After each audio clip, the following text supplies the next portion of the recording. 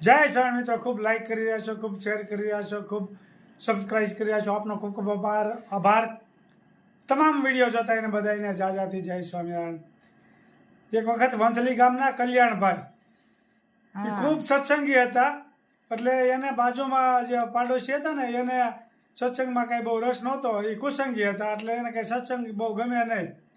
પછી કલ્યાણભાઈને તો એવું વ્રતિ હતી ને કે બીજાને સત્સંગ કરાવો. પોતે તો કરતા જ બહુ, પણ બીજાને સત્સંગ કરાવો અને ભગત બનાવો એવું એને પોતાને અંદરથી વ્રતિ. પછી બાજુવાળો વિવેક કલ્યાણભાઈને યારે વાતચીત કરશું ને તો મને એ ભગત બનાવી દે. એટલે પોતે બાજુ જે હતા ને કુસંગી એ કલ્યાણભાઈ પાસે કોઈ બે આવાય ન આવે.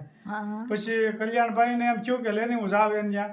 પછી કલ્યાણભાઈને બાજુમાં ખેતર હતું ને ત્યાં ગયા એને પાડોશી ત્યાં. એ કહે કે શેવડીનો વાડ મારે કાપણી કરવાની છે એટલે હું ભૂખતો નથી, એટલે તમે મારી અરે પાર્ટનરમાં જોડાઈ જાવ ને.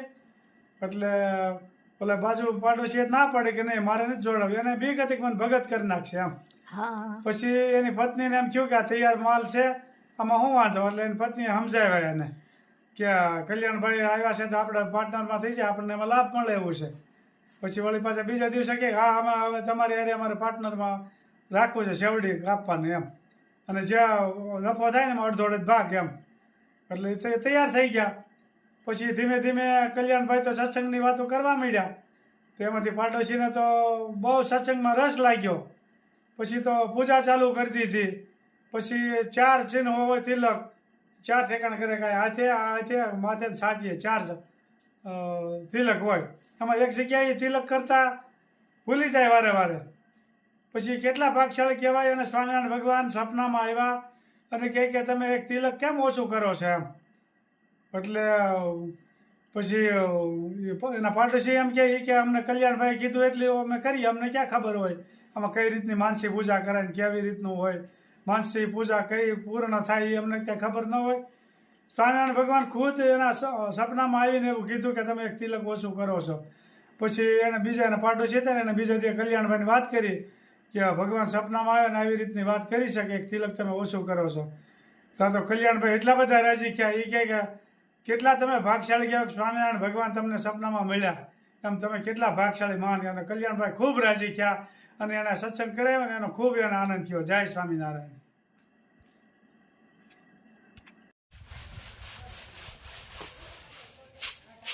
સરસ મજાની ઝાર આપણે બાજરો ને ઝાર મિક્સન ખાઈએ છીએ ને ઈ ઝાર.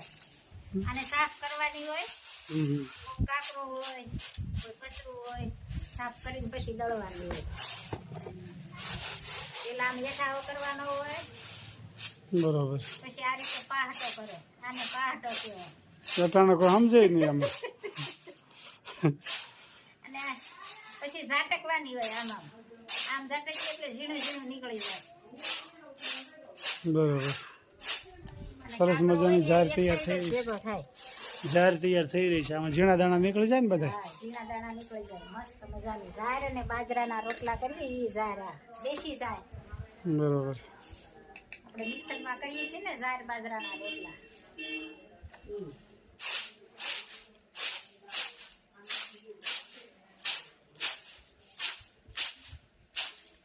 અને અહીંયા ડોળ પણ તુવેરનો ઝાઝો નીકળ્યો છે એટલે હમણાં સાફ સફાઈનું જ કામ આલે છે.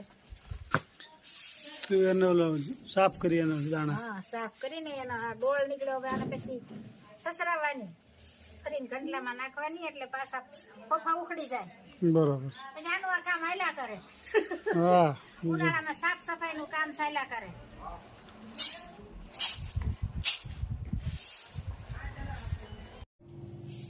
સેવ ટમેટાનું શાક બનાવવાનું છે આજે. તેલ મુકાઈ ગયું છે.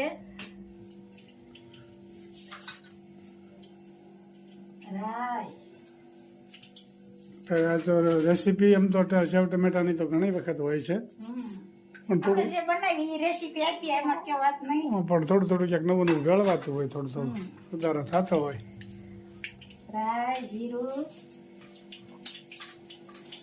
અને મેથીનો પાવડર.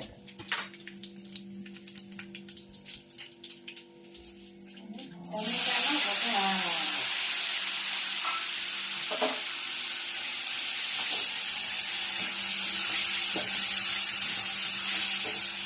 ટમેટાને ગ્રેવી જેવા થવા દેવાના, પછી થોડુંક પાણી અને સેવ નાખવાની, એટલે સરસ શાક થાય, ચટાકેદાર. નિમક, હળદર, ચટણી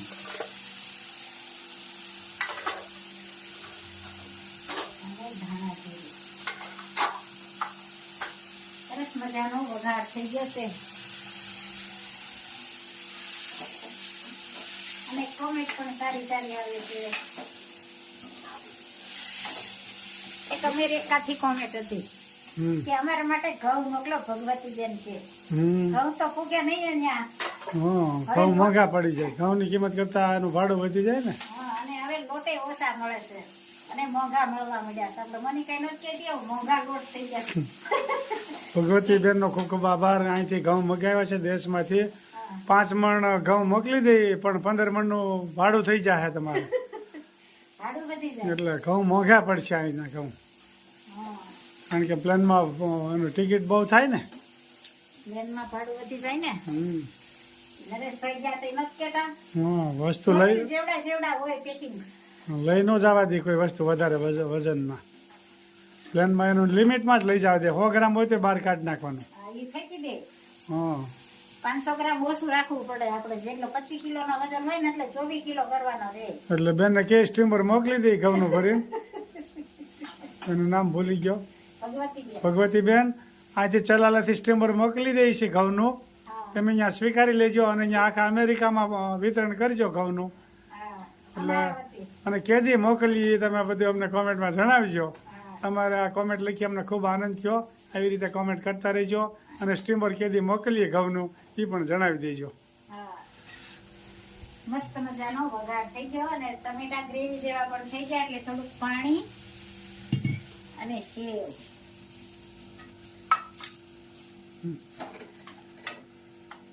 ચલો ચાલ્યો જવાનો એકલો રે, સાથે આવશે પુણ્ય ને પાપ.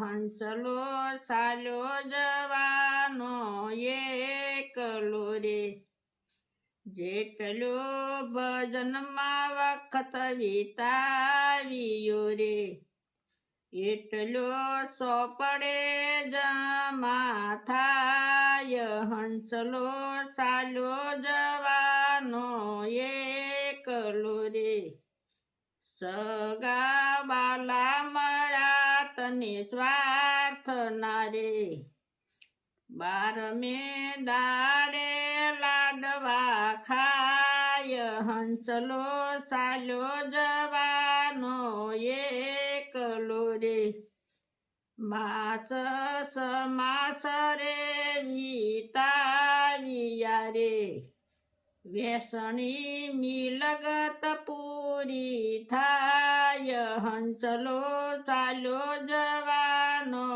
એકલો રે, ભક્તો પાલગ બન્યા છે તારા પ્રેમ મારે, પાલગપણામાં ગુણ લાગાય. હંસલો ચાલ્યો જવાનો એકલો રે. જય શ્રી. ખૂબ સરસ મજાનું કીર્તન ગાયું.